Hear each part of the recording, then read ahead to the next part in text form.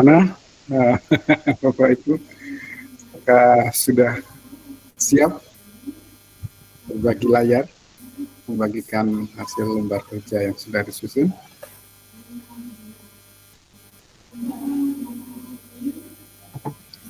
Masih di balik layar, Pak. Teman-teman.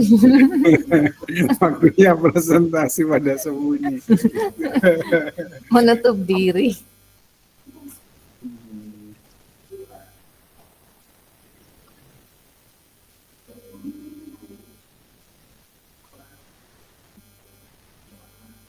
Bapak Ibu, monggo dibuka.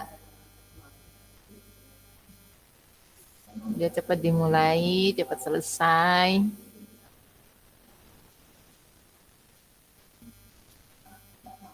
Saya berikutnya saja.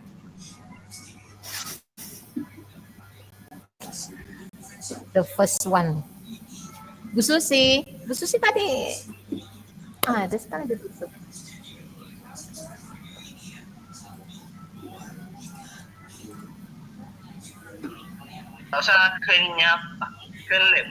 Saya hadir tapi sedang di perjalanan menuju sekolah nih Bu, dipanggil. Bu Esti. Ya. Bu Esti. Siap.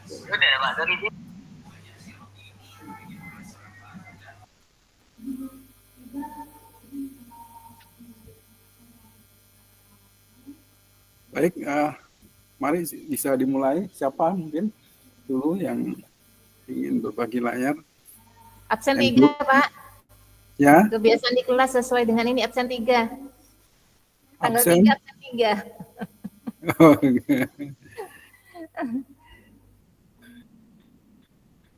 ini Bu Alfia Wahdiana. Bisa berbagi layarnya Bu Alfia? Lembar kerjanya yang sudah disusun. Oh, inje Bapak. Ya, silakan. Inje.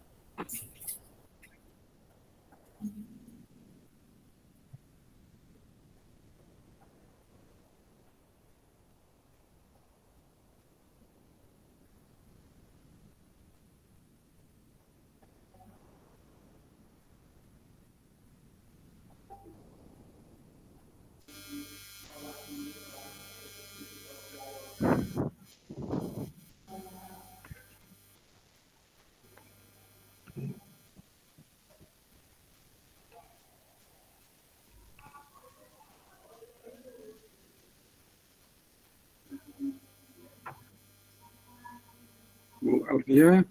Inje. Layarnya layar yang dibagikan kok kecil ya? Apa karena Iya, Bapak. Sudah.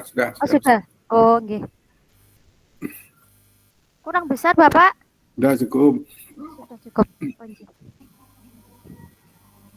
Mohon izin Bapak untuk presentasi. Ya, silakan. Untuk LK 1.1 identifikasi masalah nomor 1 jenis permasalahan yang saya ambil. Yang pertama masalah keterampilan teknologi.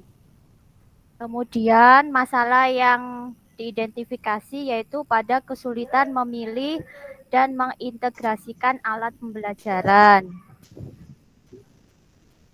Kemudian analisis identifikasi masalahnya, banyaknya pilihan perangkat lunak dan aplikasi pembelajaran dapat membuat guru bingung dalam memilih alat yang sesuai dan mengintegrasikannya dengan metode pengajaran yang sudah ada. Lanjut, Bapak. Ya, sebentar. Oh, Oh, coba saya ingin lihat. Ini jenis permasalahan masalah keterampilan teknologi ya. Inje, inje Ada Bapak. dicek, ada nggak di situ? Di petunjuknya yang tadi? Yang di atas, yang di sini Bapak, pemanfaatan teknologi dalam Nah, pembelajaran. Inje. berarti itu aja Ibu yang dituliskan biar sesuai dengan petunjuknya. Oh, Jadi inje. jenis permasalahannya itu terkait dengan Pemanfaatan teknologi. pembelajaran. Oke. Oh, inje. Terus masalah yang diidentifikasi, Inje. kesulitan memilih dan mengintegrasikan. Nah, ini ada dua, kesulitan memilih dan mengintegrasikan alat pembelajaran. Nah, ini terlalu normatif Ibu. Apa sebenarnya masalah yang Ibu hadapi? Bisa diceritakan? Kalau di sekolah itu kan Ya. banyak seperti media pembelajaran yang digunakan. Nah, itu biasanya kan ada yang menggunakan e-learning, ada yang menggunakan PPT, ada yang menggunakan video pembelajaran. Itu biasanya guru-guru dalam melakukan pembelajaran itu kan masih perlu belajar, Bapak. Jadi Yes. ada yang usianya yang sudah sepuh itu biasanya mengalami kesulitan dalam memilih dan mengintegrasikan alat pembelajaran. Jadi ke medianya, Bapak. Media. J. Kesulitan memilih media. Itu tadi kok ceritanya kok malah terus masalahnya guru-guru yang sudah sepuh. Berarti bukan masalahnya Bu Alfia ini kalau begitu. Masalah yang di sini yang diidentifikasi itu adalah masalah yang Bu Alfia hadapi Oh, dan pribadi. juga yang di kelasnya Bu Alfia. Oh, iya, karena nanti kan setelah masalah ini diidentifikasi kan dia carikan solusinya. Kemudian solusi yang sudah ditemukan itu nanti dipraktekkan dalam PPL. Nah, kalau kelasnya orang lain kan malah jadi nggak tepat nanti identifikasinya. Solusinya juga begitu. Iya. Kalau tadi misalnya disampaikan masalah yang Ibu Alfia ceritakan tadi ya, kalau memilih sebenarnya nggak sulit milih, kan tinggal nunjuk aja kalau milih. Ya kan? Nah, kalau tadi disinggung misalnya terkait dengan media, pemilihan media yang sesuai dengan tujuan pembelajaran misalnya, nah itu bisa jadi masalahan boleh. Tapi tentunya media menggunakan teknologi. Pemanfaatnya. Jadi mungkin selama ini itu adalah media yang digunakan misalnya hanya menggunakan media sederhana misalnya berupa apa misalnya. Nah, itu kemudian menjadi jenis permasalahan terkait dengan pemanfaatan keterampilan pemanfaatan teknologi dalam pembelajaran. Nah, itu masalah identifikasi begitu ya.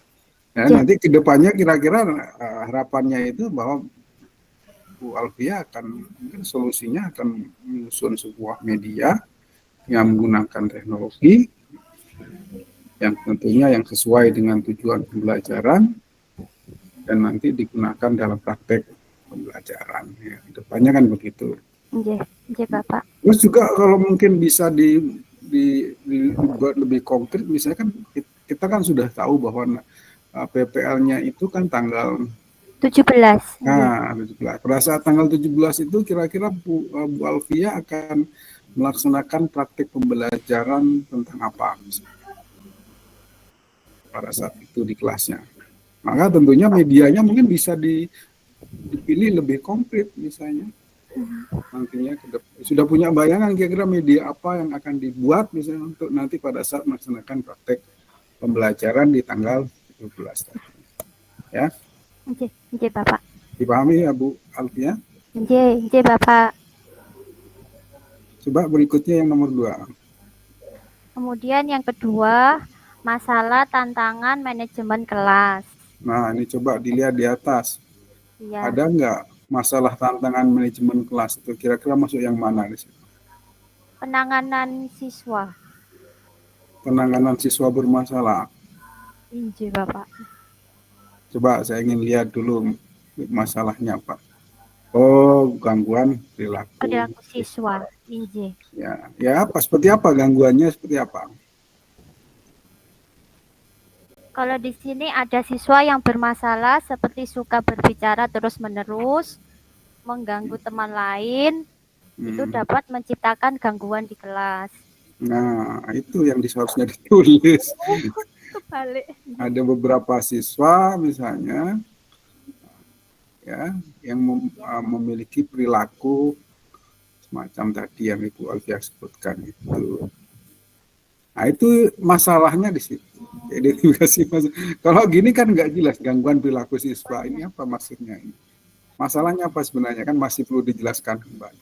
Tapi kalau yang tadi disampaikan Bu Alfia tadi, nah itu menggambarkan sekali bahwa itu adalah permasalahan yang Bu Alfia hadapi di kelasnya. Ya, jadi juga untuk Bapak Ibu yang lain ketika mengidentifikasi masalah itu ya gambarkan, identifikasi masalahnya dengan lebih jelas, lebih konkret sesuai dengan kondisi di kelasnya. Nah, kemudian juga disesuaikan jenis permasalahannya sebaiknya mencari di bagian atas tadi ya.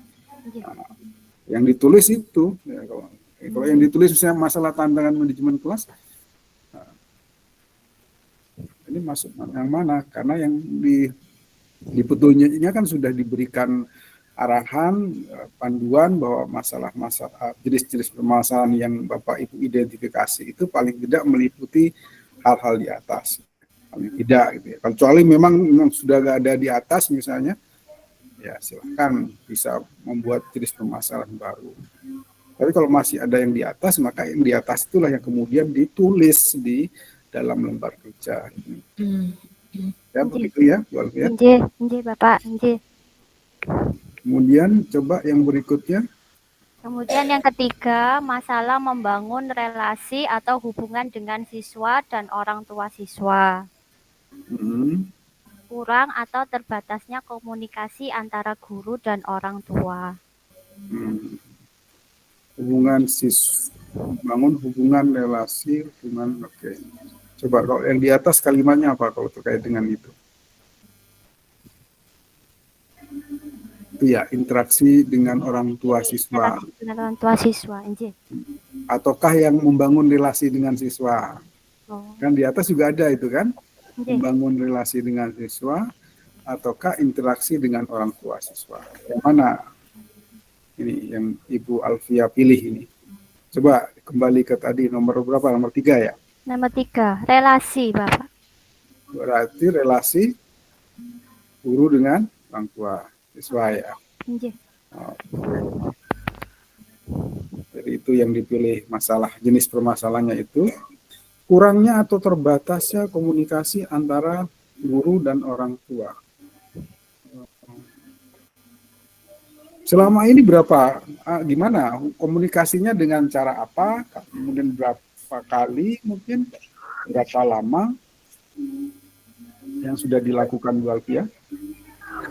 Kalau di sini kan berhubung mayoritas SD-nya Kristen, Bapak J. SD ya? Inji SD, Bapak. Oh ya. Tapi praktiknya kan tetap di mana praktiknya nanti? Praktiknya di SMP. Oke. Di SD terus gimana? Ini biasanya menggunakan komunikasi lewat media HP. Kayak grup WA. Iya, grup WA. Berarti kan cukup.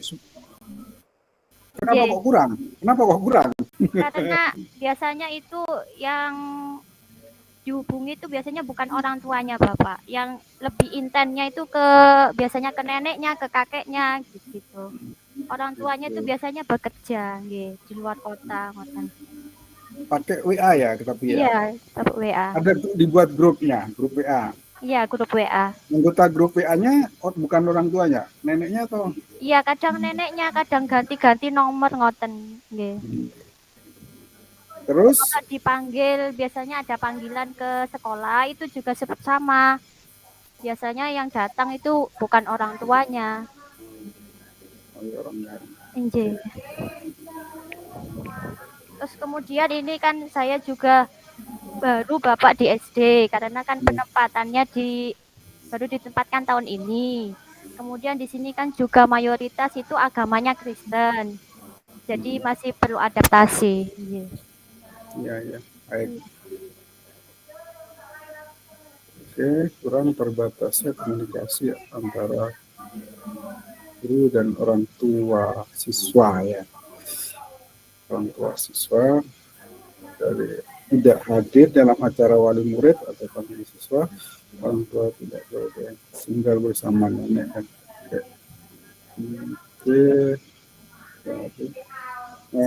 Tidak hadir dalam acara wali murid, ya.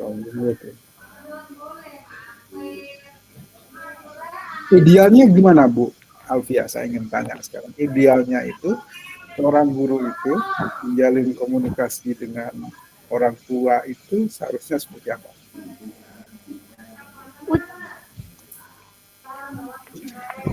Gimana Bapak? Ngapunten. Ya, saya ulangi. Idealnya seorang guru itu membangun komunikasi dengan orang tua siswa itu seperti apa? Mungkin bisa digambarkan. Setelah ideal seperti apa? Selain menggunakan media komunikasi, itu biasanya saya langsung menemui ke rumahnya masing-masing siswa, Bapak. Jadi tahu, ya, kalau saya tanya idealnya itu artinya secara teori, secara teori ataukah secara prinsip atau asas gitu ya, hubungan orang tua siswa dengan guru itu seperti apa? Menurut teori itu. Apakah misalnya menurut teori itu orang tua siswa dengan guru itu paling tidak misalnya seminggu misalnya. Oh iya, harus komunikasi. Atau gimana? Menurut teorinya gimana? Komunikasinya harus intens Bapak.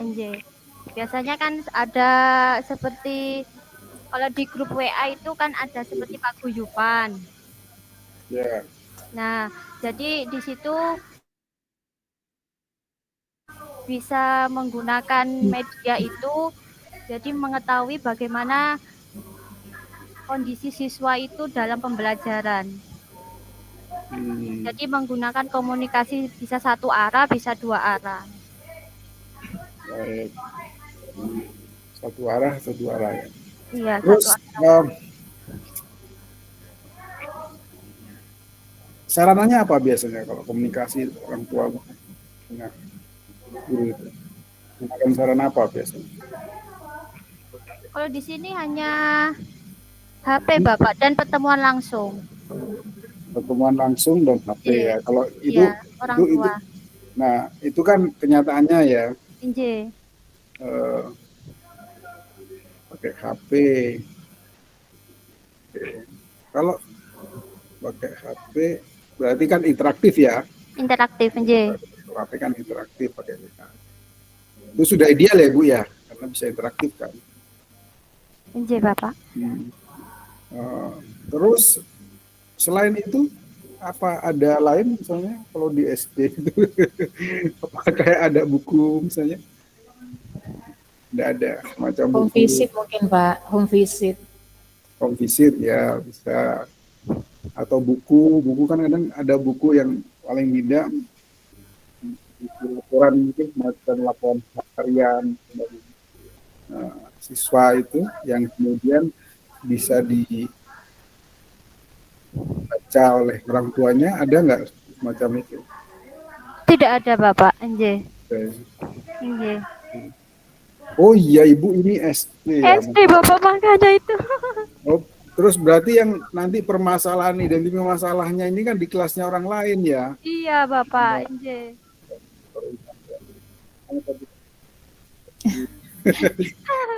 Nah, sekarang nanti ke depannya nanti apa? Kelasnya kelas SMP apa SMA? SMP Bapak. SMP. Oke, berarti sudah komunikasi dengan guru wali kelasnya ya? Sampun. Terus dari situ kemudian identifikasi masalah ini ya?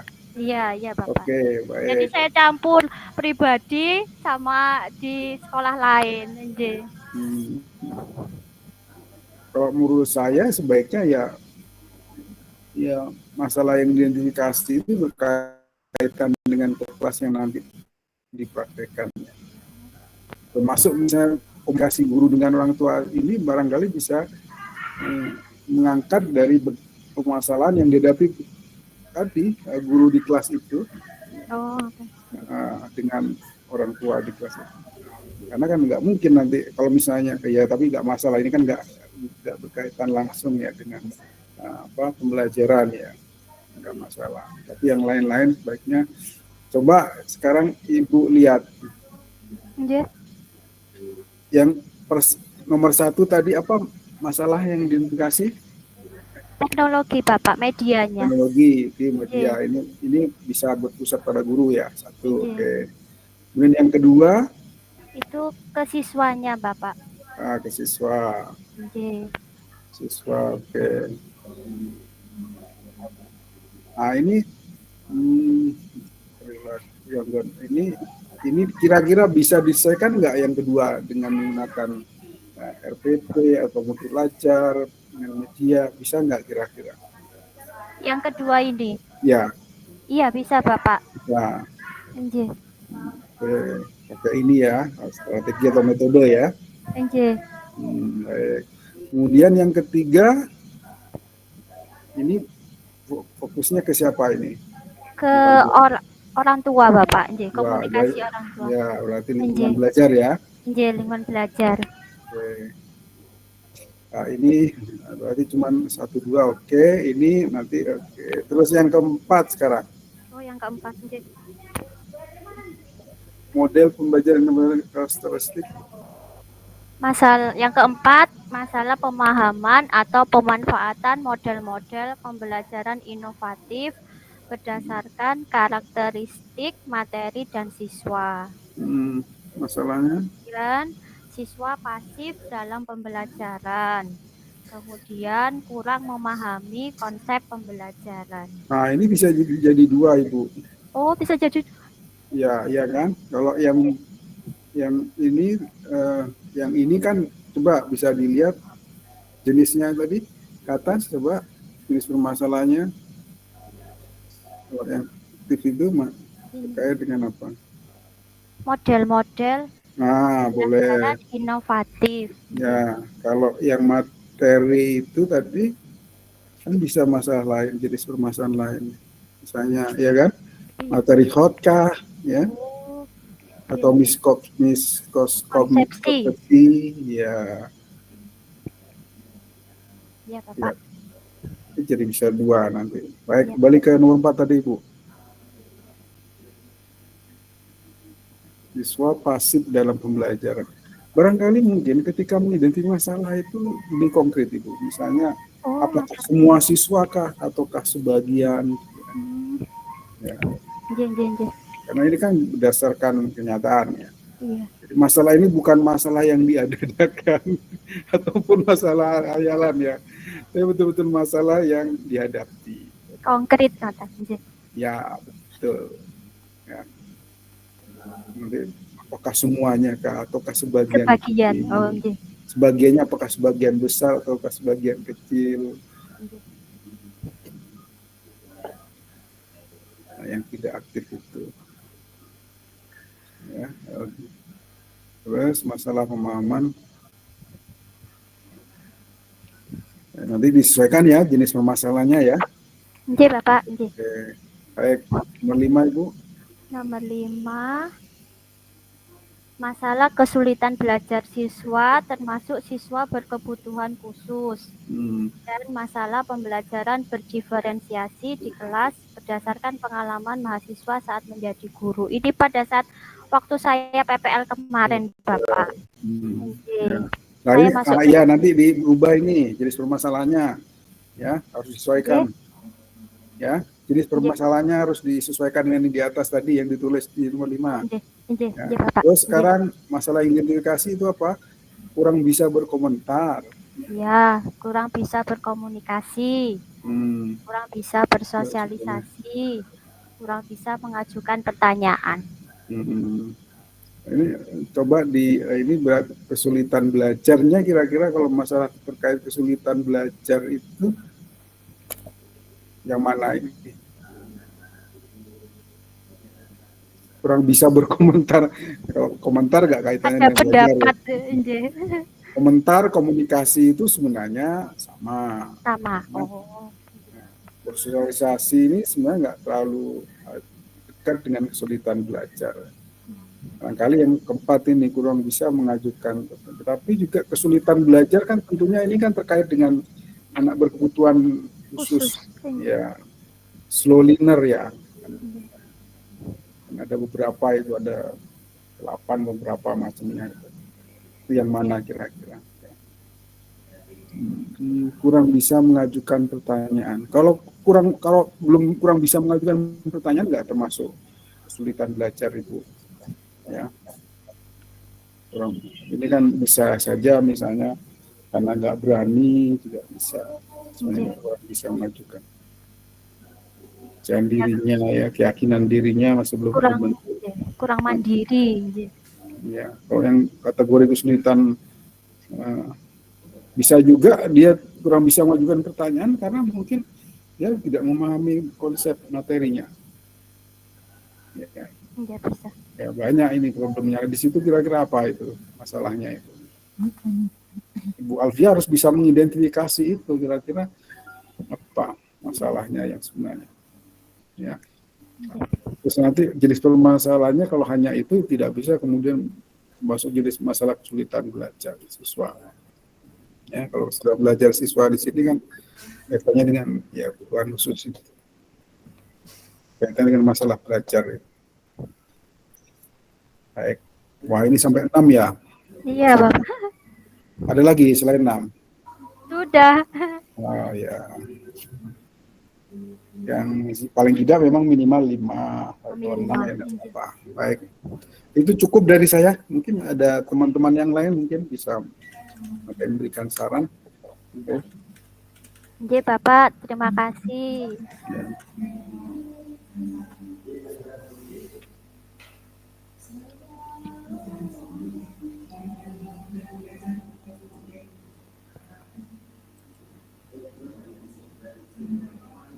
Ini saya stop, Bapak. Ya, kalau teman-teman yang lain sudah nggak ada yang mau ajukan pertanyaan, ya langsung aja di stop.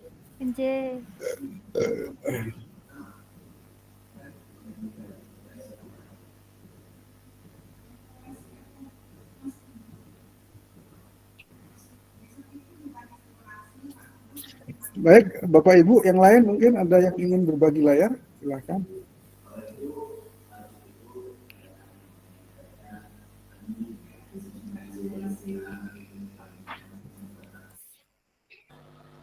Mohon izin saya share screen, Bapak.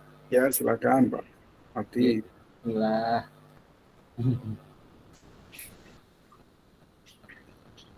Ini di tempat saya mulai panas ini, soalnya mau hujan. Iya. Agak berkeringat. Bentar, Bapak. Sebentar. Tadi saya tanya Bu Alfia, ya misalnya kayak tadi yang pertanyaan saya itu, bagaimana hubungan yang ideal komunikasi antara guru dengan orang tua. Itu tujuannya adalah ketika kita bisa mengetahui yang idealnya seperti apa, kenyataannya seperti apa, maka tentunya ketika tidak ada sesuaian antara yang ideal, antara teori dengan praktek atau kenyataannya, maka itu menjadi sebuah kepasangan.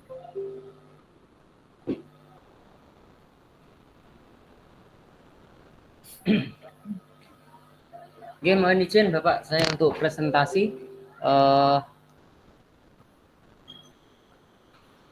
Baik, yang pertama ini masih yang kemarin yang saya gunakan untuk yang nomor 1, yakni metode pembelajaran, di mana metode ceramah masih dipandang sebagai cara efektif dalam menerangkan materi pelajaran pendidikan Pancasila.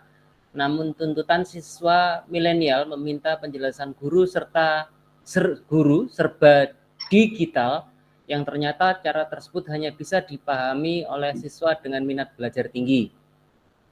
Kemudian analisis identifikasi masalah adalah metode ceramah masih dianggap membosankan.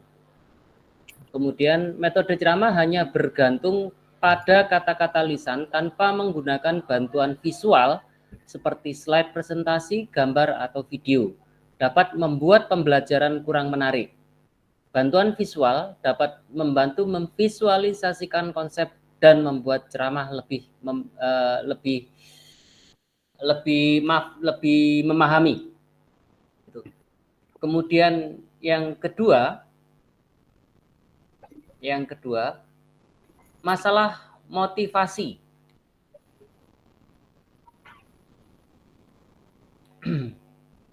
Proses belajar siswa belum mandiri. Beberapa siswa masih menunggu jawaban dari temannya. Kemudian analisisnya, penugasan menggunakan model kelompok menjadi peluang bagi siswa yang kurang aktif untuk berdiam diri dan menunggu jawaban dari teman sehingga kemandiriannya kurang. Guru kurang dapat memetakan karakteristik setiap siswa. Penilaian pada diskusi kelompok kurang bisa terlaksana dengan detail dan menyeluruh atas kemampuan kognitif, afektif, dan psikomotorik masing-masing siswa. Peserta didik mengantuk di kelas saat pembelajaran. Peserta didik tertidur di kelas saat penyampaian materi.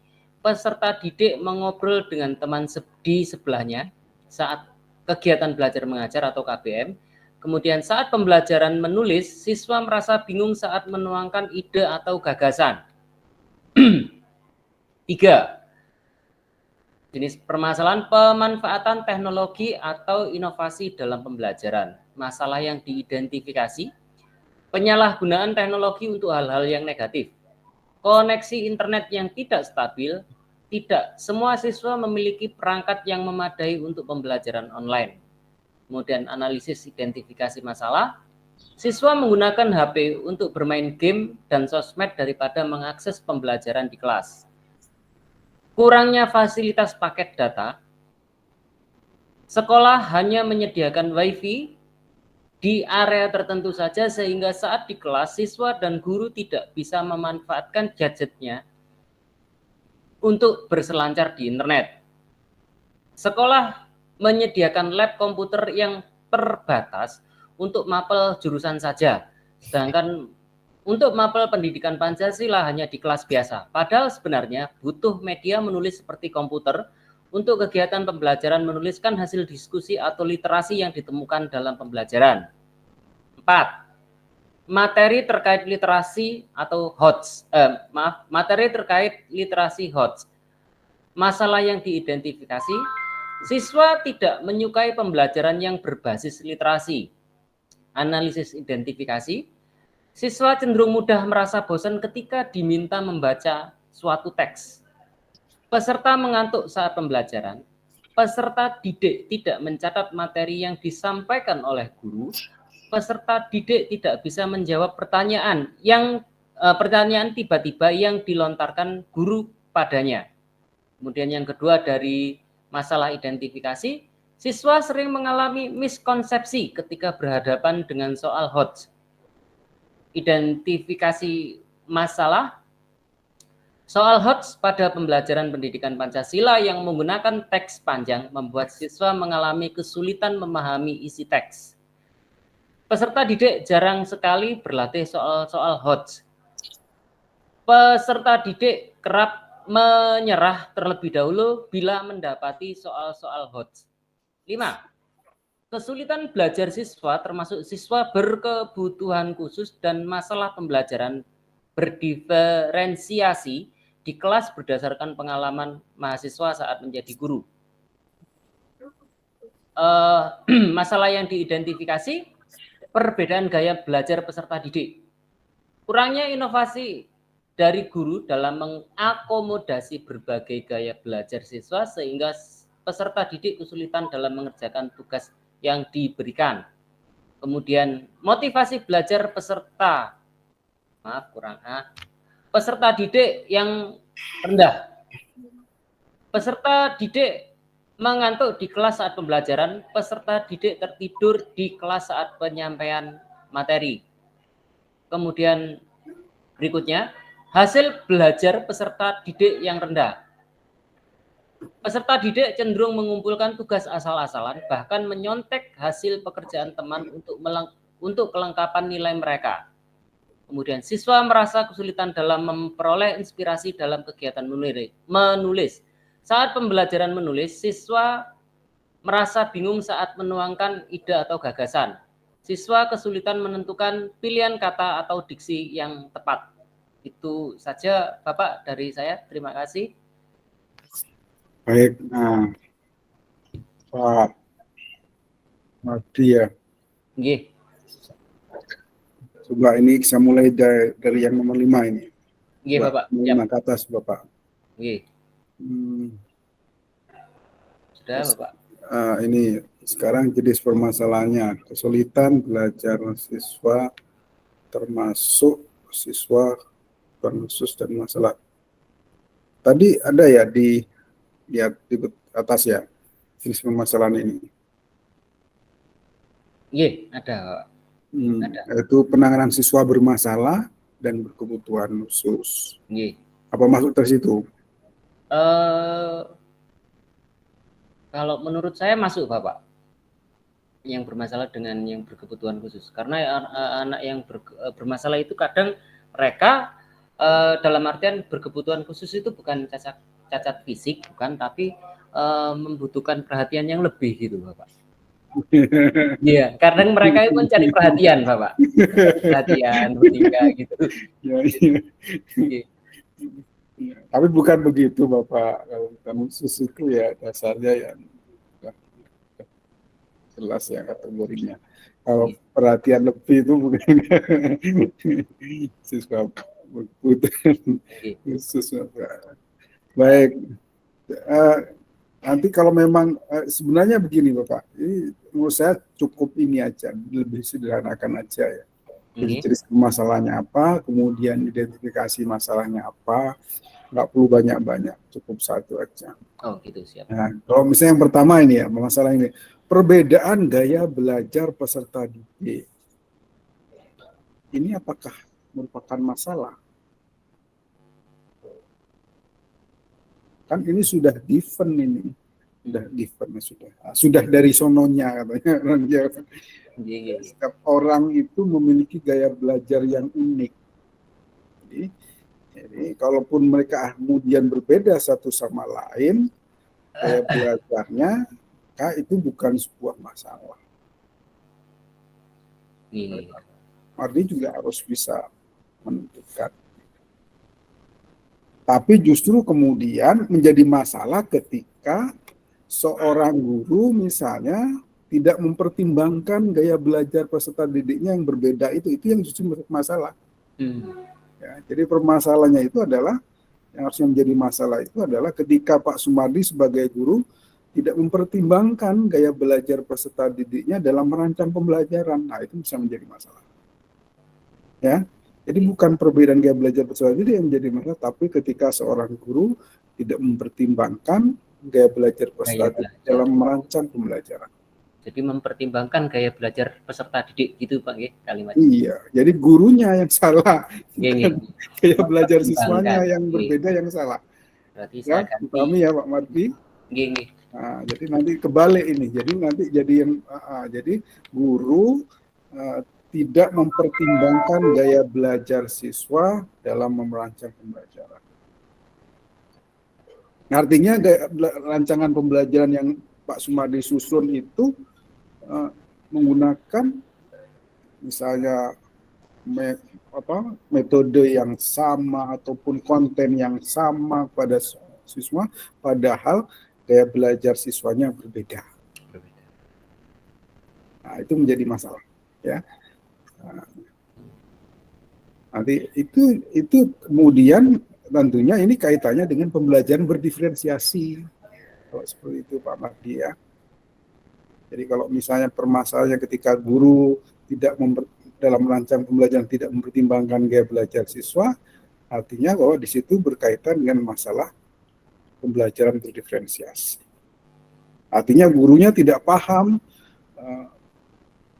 bahwa seharusnya pembelajaran yang baik itu adalah pembelajaran yang mempertimbangkan kebutuhan dan gaya belajar peserta didiknya.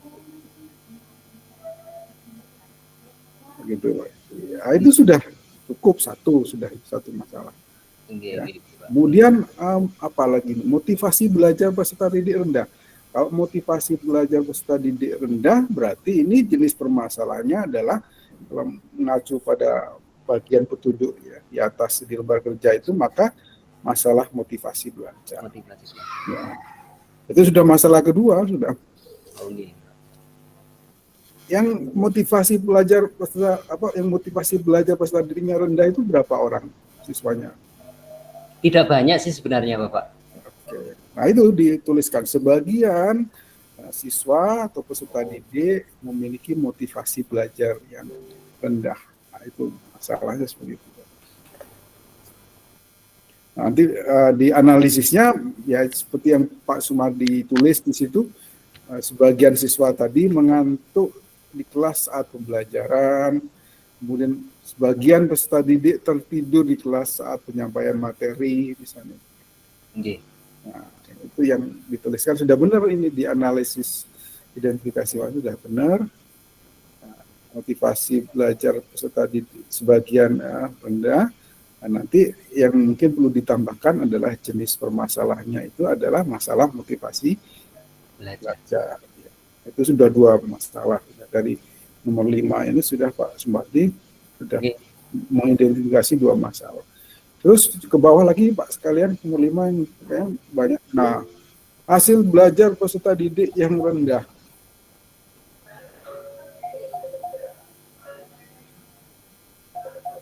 Ya, dan hasil belajar peserta didik yang rendah itu kenapa ya? Kenapa hasil peserta didik belajar peserta didik yang rendah ini kenapa menurut Pak Sumardi ini?